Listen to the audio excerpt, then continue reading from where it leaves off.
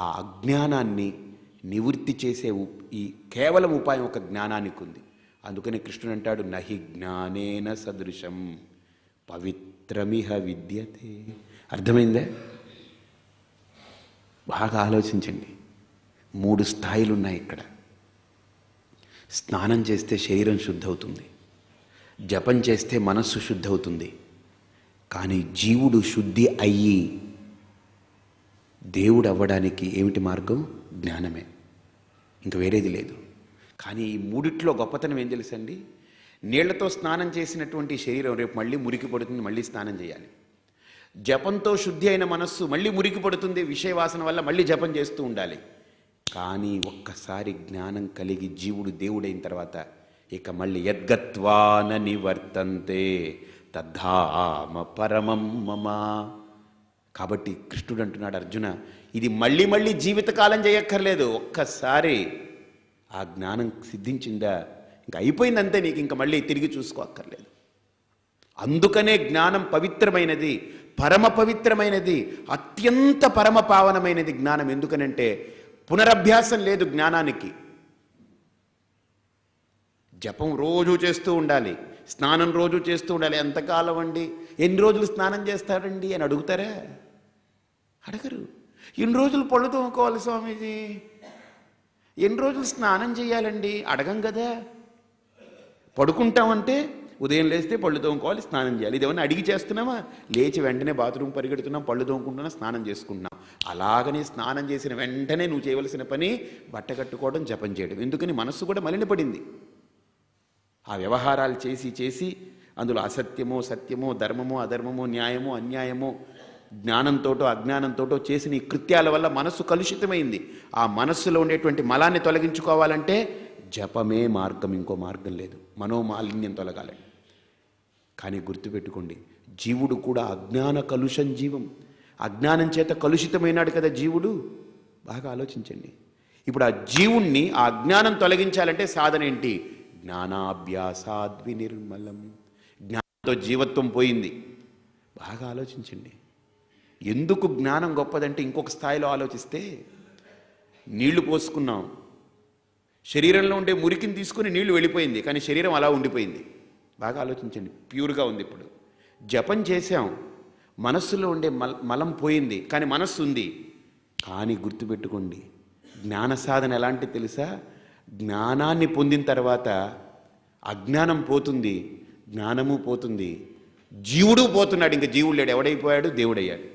మిగతా సాధనల్లో శరీరం ఉంటుంది, స్నానం చేసిన తర్వాత, జపం చేసిన తర్వాత మలం పోతే పోవచ్చు, మనస్సు ఇంకా ఉంటూనే ఉంటుంది. కానీ ఒకసారి జ్ఞానోదయం అయిన తర్వాత అజ్ఞానం పోవడమే కాదు, జీవుడు కూడా పోతున్నాడు. ఏమవుతున్నాడు? దేవుడు అవుతున్నాడు, పరబ్రహ్మస్వరూపం.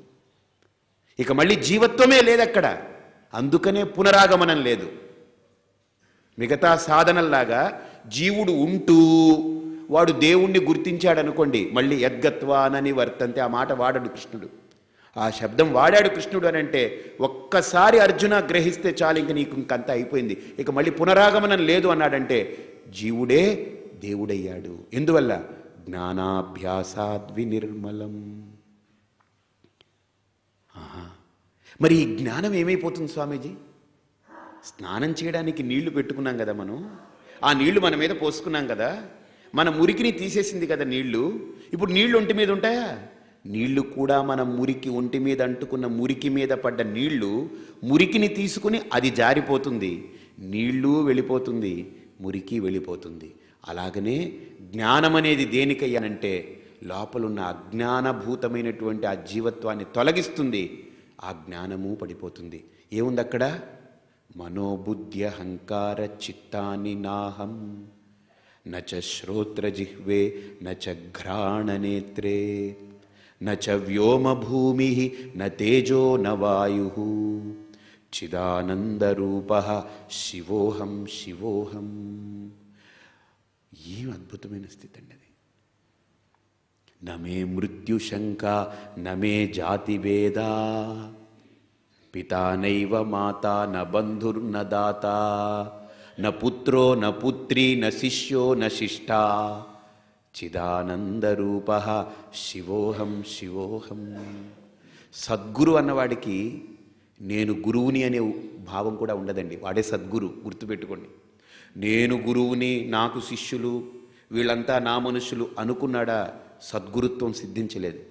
సద్గురుత్వం అంటే ఏంటనంటే సత్యానికి మేలుకున్నవాడు, వాడు సద్గురు. ఇంకా సద్గురువులో నేను గురువుని, నన్ను వీళ్ళందరూ నమస్కారం చేయాలి, నాకు వీళ్ళు పల్లకి మొయ్యాలి, ఇవే ఉండవు. వాడు సహజంగా ఉంటాడు. సహజం కర్మ కౌంతేయ ముక్త సంగ సమాచర. కృష్ణుడు స్టేట్మెంట్ అండి. నాకు అందుకనే కృష్ణుడు అంటే నల్లగా ఉంటాడు, ఫ్లూట్ వాయిస్తాడు, గోపికలతో తిరిగాడు, వెన్న ముద్దలు దొంగిలించాడు, చీరలు పట్టుకుపోయాడు. ఇవన్నీ ఏంటంటే ఇవన్నీ నేను చేస్తాను, చాచిపెట్టి కొడతారు. ఈ చేస్తే కృష్ణుడు గొప్పవాడు కాదండి. ఇవన్నీ ఊరికినే ఆ లీలలో గోళ్ళన్నీ పెట్టుకుని కృష్ణుడు గొప్పవాడండి, నందలాల గోపీలోలా వీణాపాల కాలా కాలా అనుకుంటూ కూర్చోకండి. బోధించిన గీతామృతం ఒక్కొక్క వాక్యం అద్భుతమైన వాక్యం. ఎలా ఉంటాడు గురువు అని అంటే, జ్ఞాని ఎలా ఉంటాడు? ముక్త సంగ సమాచర. సహజం కర్మ కౌంతేయ. జీవత్వంతో, అహంకృతంతో, భోక్తృత్వంతో, కర్తృత్వంతో ఉండదు ఇంకక్కడ. సహజం కర్మ కౌంతేయ. గాలి వస్తే చెట్టు ఎలా ఊగుతుందో అలాగని ఈ శరీరం కూడా కర్మలు చేస్తుంది. ఎందుకని? అవసరం, ప్రకృతిలో ఉన్నాడు కనుక. ప్రాకృతికమైనటువంటి కొన్ని చర్యలు వచ్చినప్పుడు ఆ చర్యలకు అనుగుణంగా స్పందించి కర్మలు చేస్తాడు. వాడు లేడక్కడ ఇంకంతే. చెట్టు అనుకుంటుందా నేను ఊగాలి, ఈరోజు ఎట్టి పరిస్థితుల్లో ఒక 20 సార్లను అటు ఇటు ఊపాలి, నా కొమ్మలు రెమ్మలన్నింటినీ ఊపి చూపించాలి మా యజమానికి అని అనుకుంటుందే? అనుకోదు. గాలి వీచిందనుకోండి, చెట్టు కొమ్మలన్నీ ఊగుతాయి, అలా ఊగుతుంది. గాలి స్తంభించిందనుకోండి, చెట్టు నిలబడి ఉంటుంది. ఎందుకని? ప్రకృతి, ఆ సహజం కర్మ. ఇది కూడా అంతే.